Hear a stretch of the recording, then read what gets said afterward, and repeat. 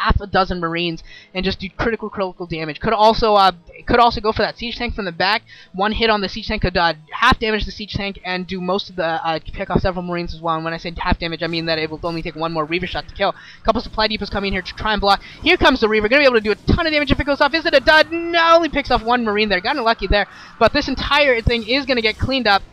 This Reaver able to pick off what's necessary. Really, that range did what it needs to do. That Reaver does go down, but doesn't matter. There's the question. Does it matter? That bunker going down as well. Does it matter? And my opinion is that no, it does not. This engineering bay trying to go up. These medics are all going to go down. So even though Marines are streaming down, there's a tank. It's just not enough. Now could GG right here. And because this game is pretty much over, but I guess he can probably try and stay in it a little bit longer, see if he can maybe transition into something else. It's just not very likely at this point. Looks like he's going to try and get a missile turret up, but just really bad position right now for him. Can't see him really surviving right now. Nyoken finally finishing off that engineering bay. Going to push forward here again. That shuttle, shuttle actually getting picked off with the Reaver inside. Some nice micro there by Nyoken, able to pick it off. But this siege tank's going to go down again. And without tanks, this biomech push just doesn't have enough oomph. Doesn't have enough attack power really to do the damage that you need to do without those tanks. It's just Marines are just not enough at this stage of the game. 12 minutes in, too many Dragoons. Also have some speed lots in, just not enough. Double Forge is going down, so we're gonna see some heavy upgrades here once they get finished. And we got Storms coming up too. We got High Templar. Can't tell if they have Storms quite yet. They might have Storms. Can't tell quite yet. We'll see where they have Storms. Still doesn't look like there's any sort of a Vulture upgrade, so he's not going to be able to do any sort of harassment. No dropships here. That would have been pretty sweet if he had gone dropships and maybe try and sent some of these Marines up into here and try to do some damage, or sent them back here and try and do some damage. Really try to do some economic harassment. But now some Firebats actually being mixed in here as well. Now it comes down to this Storm. The Storm could do a ton of damage. Where is that Storm? And there's the Storm picking up. Look at that. Look at all that damage. Cutting a whole swath of destruction through all of the forces of Nyoken. Nyoken losing pretty much everything again. Nyoken has not won a battle yet in this game. I don't even know if you can say that he's really won a battle in this series, both games. Even when Dreiven has lost his forces, he's done more damage to Nyoken than Nyoken has done to him.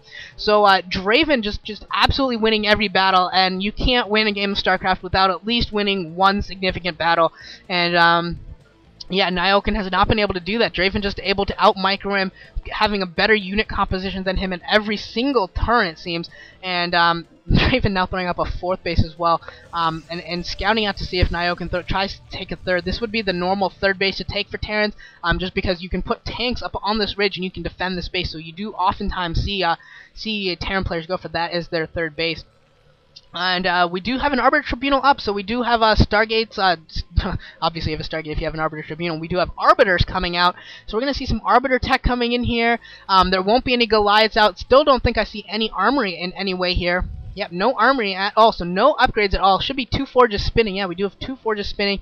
And Dreiven maybe even going for a little bit of a slap in the face. Might actually take his 5th base right here at Nyoken's, gets 3rd, 4th. Depending upon your race in the matchup, this could be the 3rd or the 4th. But this is the 2 o'clock position here.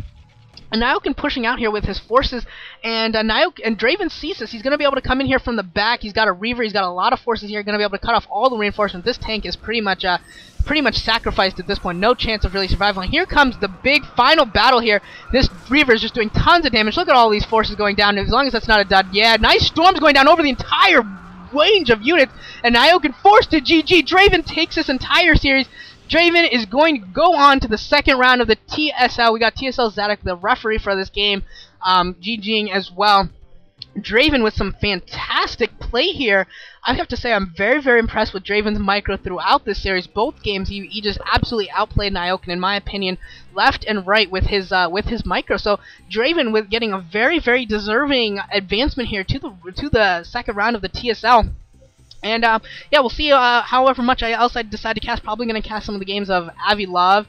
No, I told him that I wanted to cast a couple of his games. Might even be able to get him to join me in a couple commentaries. So if you want to see how a top foreigner thinks, Avi Love should be joining me here in the next week or so to do some commentaries of his own games. So look forward to that. And yeah, if you want to go to Team Liquid, there's a lot of other commentators that are going to be coming out with commentaries for these early rounds, as well as some of the official commentaries from Team Liquid themselves.